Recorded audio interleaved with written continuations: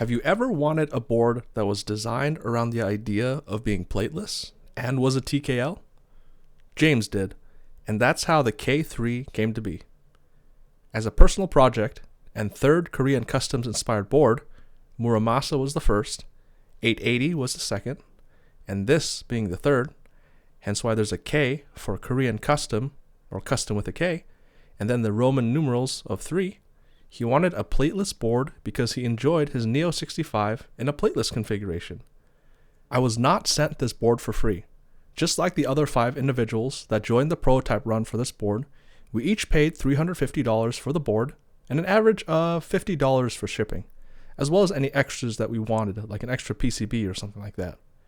I'm good friends with both the designer of this board, James, and the designer of the PCB of this board, the Bloody Eyes, so do know that as a friend, I may be biased to say nice things, but as both of them know and have told me, and as all of you know, just because I'm a friend or like a designer doesn't mean that I won't bring up issues or things that I didn't like about the board if there are any. No one paid me to make content for the K3, no one told me what to say, and I'm doing this purely to share how much I love the K3. I obviously want my friends to succeed, so if there's some issue that I find, I want to bring it up, because someone else in the future may experience the same issue, and designers want to know if there's an issue so they can attempt to fix it. I'd be doing my friends, designers, and you, the keyboard community, a disservice if I tried to sweep things under the rug. Please know that these are just my own thoughts. That doesn't mean that every single take is correct, or that things that I think are important or not important are the same things that you may think are important or not as important. So, as always, take my opinions with a grain of salt. And, as always, please be financially responsible. Don't have FOMO, and make smart purchasing decisions, especially when it comes to keyboards or keyboard-related items in our hobby. It's not worth putting yourself in a bad financial situation when it comes to keyboards. And one very important reminder, this was a prototype run. I don't know if James will do another prototype run in the future once he finds a different manufacturer than the one that created our boards, but if he does, please know that the very nature and meaning of the word prototype is that there are no guarantees that things will come out the way they're intended to be.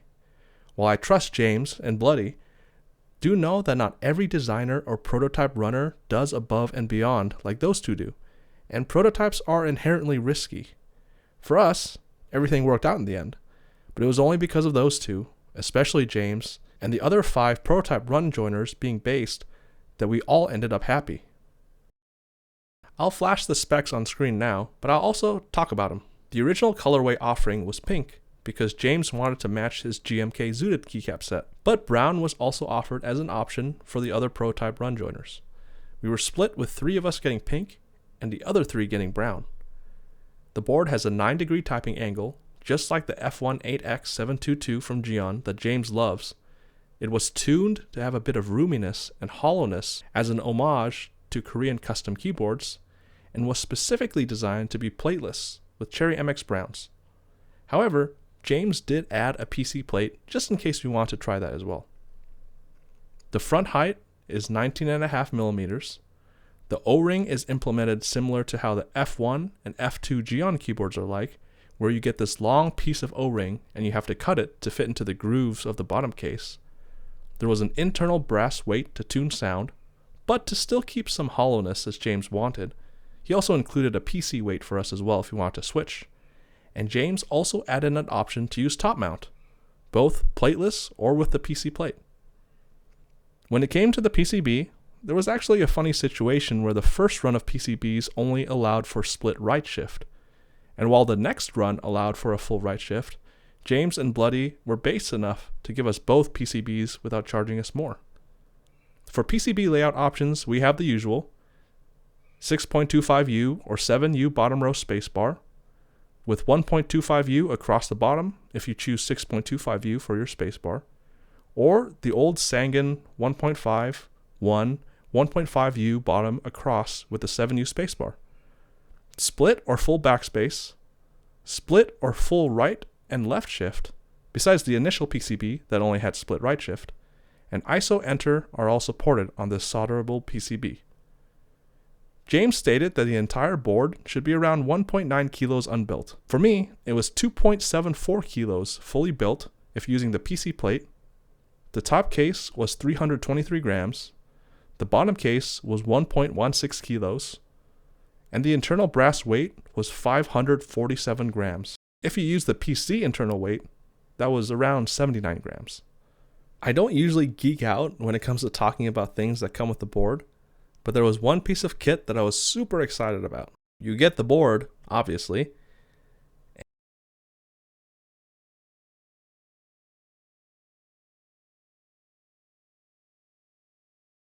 and the 4-split right shift PCB, which you obviously would not get under normal circumstances, since they could have been harvested for parts, but James and Bloody are based.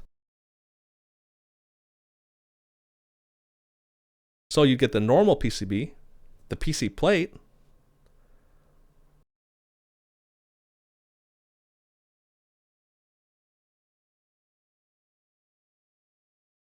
an O-ring gasket, and please disregard the length because I had already cut the pieces to size to fit into the bottom case, 3M adhesive feet, daughter board and JST cable, the brass or the internal PC weight, we got both, top mount screws, and the thing that I was super excited about, the microfiber bag. I've never bought something like this for a keyboard, or I've gotten or seen one because I didn't really know they existed, but it's super cool. I enjoy microfiber towels or cloth ones, like the ones that Canon Keys gives out with their boards, but the fact that we got this bag was super cool. I don't know. It feels nice to the touch, in my opinion.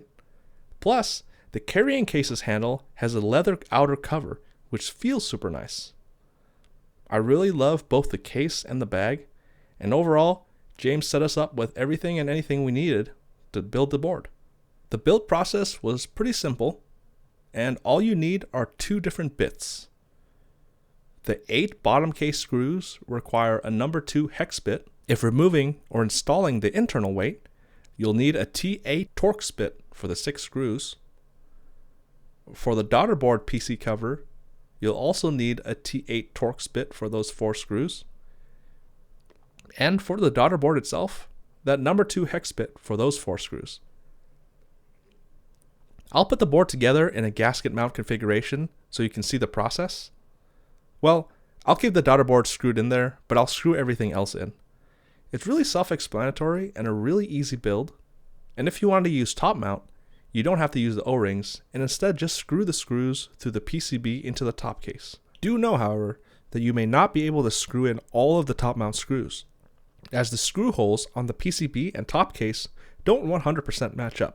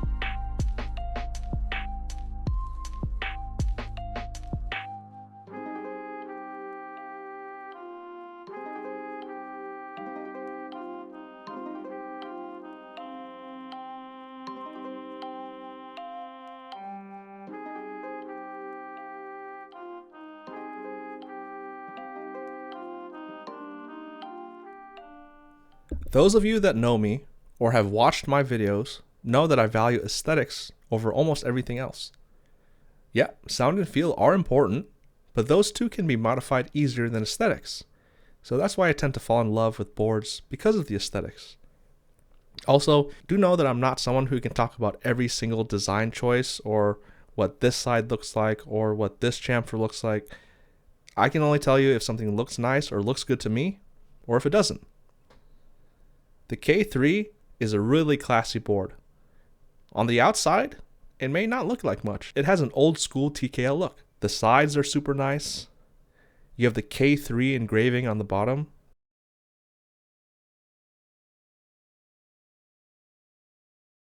And for the top case, all you have are these two small LED indicator lights. No other engravings on the outside of the board, and it just has a classic look.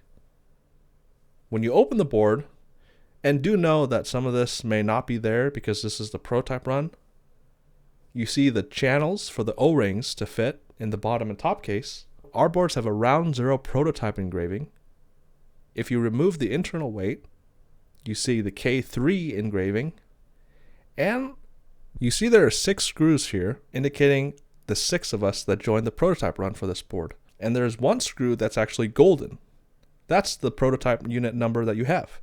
So for me, my prototype unit was number 1 because it has a gold screw in the first screw hole. I've been blessed to have both the QFRL 100 and Migra TKL from the Bloody Eyes. Both the bottom mount configurations for both of those boards, as well as the top mount configurations with a plastic plate, lends itself to a tremendously soft and bouncy typing feel. With the K3, it's a flexy typing feel instead of bouncy, but the concept of typing feel being soft still remains the same. Not as soft as the QFRL 100 or Migra TKL, but still pleasantly soft, which I enjoy. If it's not your thing, you can definitely top mount it, although I'm not sure if top mount will live on for future runs, because at least for me, I feel like it's tuned more for gasket mount, and if James can save money by omitting top mount and also allowing for more aftermarket PCB compatibility by doing so, that's definitely the right play. At least that's my opinion. I expected Plateless to sound good, especially because James designed it to sound good, and he's a great designer, especially with Cherry MX Browns. And I do enjoy the Plateless build with Cherry MX Browns, either with GMK or DCS, but I was also extremely surprised at how good XMI sounded, especially the XMI spacebar. I also loved the PC plate configurations as well, especially my tried and true KTT roses on a plastic plate combination that I rock. Cherry MX Reds also sounded great, and I'm just in love with the sound of the board as a whole. Now, I only tried 8 different switches and 4 different keycaps, and while there are thousands, if not tens of thousands of combinations out there, I'm glad that the combinations that I usually use to test sound great. But don't take my word for it. Have a listen yourselves.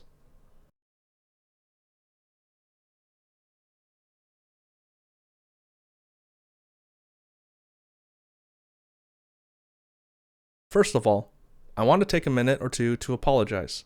I don't want to bore you with the details, but I recently bought my dad's Sony a7R III and replaced my old Panasonic camcorder with it as my main photography and video recording camera. For some reason, that change resulted in me experiencing issues with DaVinci Resolve when rendering the video and audio. That doesn't make sense, and I'm still troubleshooting, but after I used FFmpeg, I managed to fix the issues that I encountered. Switching from the camcorder to the camera allowed me to no longer have those media offline errors that the camcorder gave, but I had to face a whole slew of new problems with the camera. Anyways, the most important thing was that I figured it out, but when it came to audio, I encountered a microphone phasing issue. The short version of it is because I use multiple microphones, I have to be careful with how I place them, which is the 3-to-1 rule. This was never an issue in the past, but for some reason I had issues with phasing, specifically audio from the CM4s. Instead of subjecting you all to those sounds, and because it only affected a few configurations that I recorded, I decided to just scrub the audio of those configurations, which were just 2 of them. But this won't be an issue in the future, and I ask for your forgiveness for not re-recording those 2 configurations that I removed. Thank you for your understanding. Do know that James designed the board to retain a bit of hollowness, and that's not an issue for me because I don't mind it. If you don't like hollowness, then you may not like this board. Hollowness or roominess is not bad. Like with many things in this hobby, it's purely preference. For James, it's an homage to how the Korean custom keyboard sounded back in the day. I also only recorded one configuration for top mount and one with the internal PC weight, but you can make an assumption of how both affect the sound as a whole by comparing those configurations with the internal brass weighted and gasket mount configurations. The internal PC weight brings out more hollowness, and the top mount makes the sound a tad louder and more pronounced. Please know that just because I say I enjoy gasket mount with Cherry MX Reds and Browns and KTT Roses doesn't mean that other switches or other combinations are bad. None of us can really test every single configuration or combination, and some of us may like top mount more than gasket, so it's just all preference. For my preference, however, this board sounds amazing both plateless with Cherry MX Browns and GMK or DCS, or with a PC plate and Cherry MX Reds or KTT Roses with GMK, DCS, or XMI. I don't think that James has calculated a quote for a future public run for this, not only because he's busy with other projects, but because he has to find a new manufacturer and figure out other details before getting a quote, and I don't have any up-to-date information regarding a price. He originally was quoted $430 for each kit at 5 MOQ from DDS, but also $350 per kit at 5 MOQ with the manufacturer that he eventually chose and the one that made our boards. Unfortunately, that manufacturer had issues. So again, James is going to have to figure out whether DDS is the play or some other manufacturer if this gets to public group buy stage. All I know is that it's definitely not worthwhile to use the same manufacturer for our prototype units because of the issues.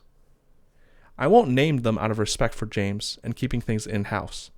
If you want to ask him and he decides to tell you, that's fine, but I don't want to leak information that wasn't supposed to be leaked. At the end of the day, us prototype run joiners paid $350 per kit and roughly $50 in shipping on average for a total of $400. $350 for that low of an MOQ definitely was a worthwhile price in my opinion, and while the same manufacturer won't be used if a public run happens, I think that if James can get close to the $300 price point, or even sub $300 by increasing the MOQ and making a few tweaks to the design, it would be a fantastic price. $300 or lower puts it competitively priced while still staying true to James's original design idea. But I'm not a designer. I haven't ran or assisted in any group buys, and I don't have the same relationships as James does with manufacturers, so I don't know if that's going to be feasible. Time will tell. I'm happy with my $350 K3 even though there were issues, but none that affected me at the end of the day. And I think if James can reach the $300 or even sub $300 price point without any manufacturing or logistical problems by increasing the MOQ, definitely keep an eye out for this. First things first, I trust James no matter what. He's proven time and time again that if there are any issues, even if it's not his fault, he goes above and beyond to figure out a solution. The same goes for Bloody. Plus, it's a prototype. James made sure we all knew the nature of prototypes, and that's to test things and there may be issues. Nothing in terms of the functionality of the keyboard, but small things that may have to be adjusted. You can't necessarily use every top mount screw because the holes for the top mount configuration on the PCB and the top case don't match up perfectly, but it's still usable, just not with every screw. Or, if you're brave, you can kind of force it and allow the screw to fit itself into the top case through the PCB, but I decided to just screw in the screws that fit and not worry about fitting in all of them. Yes, there was the forced split right shift PCB issue, but the fact that we got that PCB for free meant we had a perfectly usable PCB even though it was forced split right. Then there was an issue with the manufacturer. Again, I don't want to air other people's dirty laundry, so I won't get into it in depth. But basically, the manufacturer messed up on a couple of things, whether it be warping, damage on the corners, chipping damage, anodization, the weight, or the PC parts of the board being sus, you name it, it happened. It was a manufacturer that has done work with other boards as well, so it wasn't just some random no-name that James went with. James kept us in the loop, and we talked about what the best option would be. There was talk about asking for a full refund and remaking the units with DDS. Another option was asking the manufacturer to remake or fix whatever was broken, and James insisted that he try to get some sort of refund, even if it was partial, if it was decided that the manufacturer would redo some or all of the problems. The thing that's so great about joining a prototype run with designers that go above and beyond is that they hold their products in such high regard that they expect nothing less than perfection. And if it isn't perfect, they do whatever they can to make it perfect. The constant back and forth with James and the manufacturer, as well as him letting us know what's going on and constant communication throughout the whole process, shows why we all love James and why he's such a great person, not just when it comes to keyboards, but life in general. Anyways, the boards were remade with the same manufacturer, and James communicated with us through the entire process. For us, the prototype joiners, we didn't really suffer at all. James handled all the logistics, issues, and brought them to our attention when things happened, and it was James that had to deal with the manufacturer and be our liaison. We should be thanking James, and we all do, because not every designer will go that far out of their way to take care of their prototype run joiners, or people that buy their product in general. But James is one of the great designers in our hobby and great people in our hobby. And that's why we all love him and want to invest in him, supporting him with buying his products or prototype runs. So thank you, James. We're super thankful for you. The K3 is such a great board, and it's always great when your own personal preferences and interests align with a designer's project, especially when they offer a chance to join a prototype run for said project. It's even better when you're in good hands because of who the designer is. I love plateless boards and using Cherry MX Browns. I know that James designs great boards, so I always jump at the opportunity to support him. If you're someone that doesn't mind a bit of hollowness, because again, this is an ode to the Korean customs, enjoys plateless builds, and the design of the board speaks to you, I can say that without a doubt, this is a board to keep an eye out for. We don't know if or when a public run will happen for this board, what the price of said run would be, or if there will be any design changes, but for a prototype TKL that does exactly what it was designed to be, and it comes in pink, I'm extremely satisfied. The fact that the sound is also dialed in and fits my preference, and it offers a soft typing feel, are also huge pluses for me. The price of $350 fit in my budget, and I consider that more than an acceptable price for a low MOQ. The fact that it came with a substantial brass inner weight and a PC plate, the cloth keyboard bag, a carrying case, a PCB, well, 2 of them, but we only paid for 1, an inner PC weight, a daughter board, and all the accessories needed to build the board makes this a great price. Do I know if future runs will include all of the same things for the same or even lower cost? No, but for what we paid for our prototype units, when it comes to the price alone, this was a great buy. And when you think of all the other factors that make boards great, not just the value, but the story, the designer, sound, feel, aesthetics, and so on, I'm so happy to have this board in my collection. Another banger from James, and absolutely something to look out for if you're interested in a plateless TKL inspired by Korean custom keyboards. Thanks for watching. I love you all, and see you next time.